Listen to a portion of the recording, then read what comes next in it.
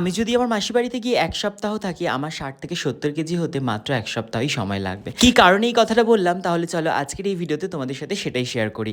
Hello guys, welcome to my mini vlog. আজকের এই ভ্লগটা শুরু করছি এখান থেকেই। সেদিন ছিল আমার ক্লাস, সকালে ব্রেকফাস্ট করে চলে এসেছিলাম ক্লাসে। প্রথমেই ক্লাস করিয়ে নিয়েছিলাম, তার মাঝেই কিন্তু আমি খেয়েছিলাম চিয়া সিড ওয়াটার। সারাদিন আমি কী কী খেয়েছি সেটা নিয়ে তো একটা আলাদা ভিডিও বানিয়েছি। আর দেখো, তারপরে একটা স্টুডেন্ট আমাকে গিফট দিয়েছে, কী গিফট দিয়েছে সেটারও একটা আলাদা ভিডিও বানানো আছে। তোমরা যারা যারা দেখোনি অবশ্যই গিয়ে কিন্তু একবার চেক আউট করো। তারপরে দেখো, এদিকে হয়ে গেছে লাঞ্চ টাইম। আমি যা খাই সেটা কিন্তু আমি অবশ্যই স্টুডেন্টদেরকে একবার খাওয়াই, কারণ ওরা সবসময় জানতে চায় আমি ডায়েটে যে খাবারগুলো খাই সেগুলো টেস্ট কেমন। যাই হোক, সেটাও ওদেরকে টেস্ট করলাম। তারপরে লাঞ্চ কমপ্লিট করে একটু রেস্ট করে নিয়েছিলাম।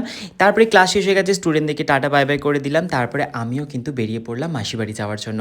আর পৌঁছে গেলাম মাসি বাড়ি। আর মাসি বাড়ি যাওয়ার সময় কিন্তু আমি কিনে নিয়েছিলাম ম্যাঙ্গো লস্যি। চলে এসেছি মাসি বাড়ি। তার মাসি যেহেতু জানতো আমি আসবো, তাই জন্য কিন্তু আমার জন্য এক থাল এরকম চানাচুর রেডি করে রেখেছে আগে থেকে।